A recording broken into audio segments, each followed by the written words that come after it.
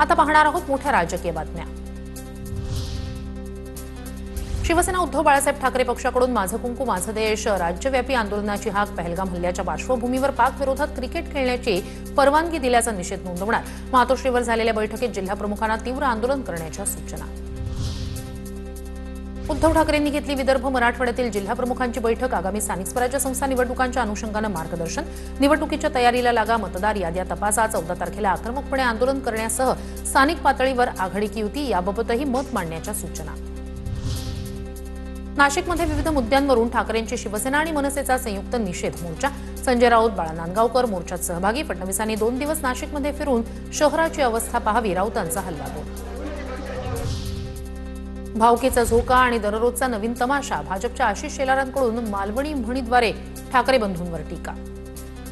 भावकीचो झोको आणि दररोज नवो तमाशो म्हणजे भावकीचा नेहमी झोका नवीन तमाशा देतो आणि त्यामुळे भावकीचो झोका दररोज नवो तमाशो ही परिस्थिती आहे। वाट बघू।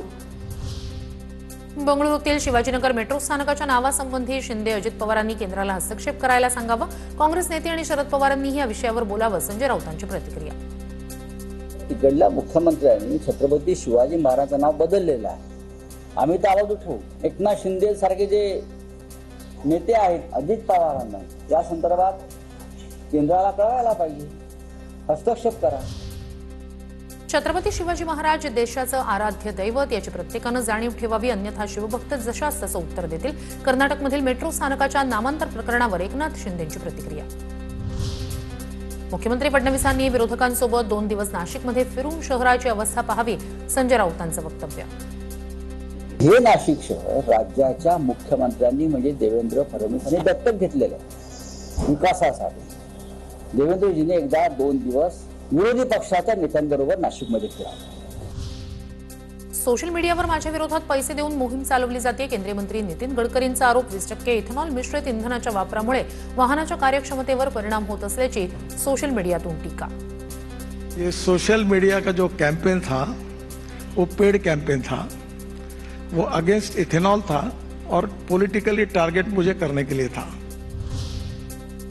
अजित पवारांनी सत्तेचा वापर करून सिंचन घोटाळा पचवला। दादागिरी करून अजित पवारांनी ऊस दर ठरणारी उपसमिती नेमली, राजू शेट्टींचा आरोप। 70,000 कोटीचा सिंचन घोटाळा पचवला, पण आता दादागिरी करून ऊस दर ठरवणारी उपसमिती स्वतःच्या अध्यक्षतेखाली नेमून FRPचे तुकडे पाडत असाल तर त्यातला 1 रुपया सुद्धा तुम्हाला पचवून देणार नाही।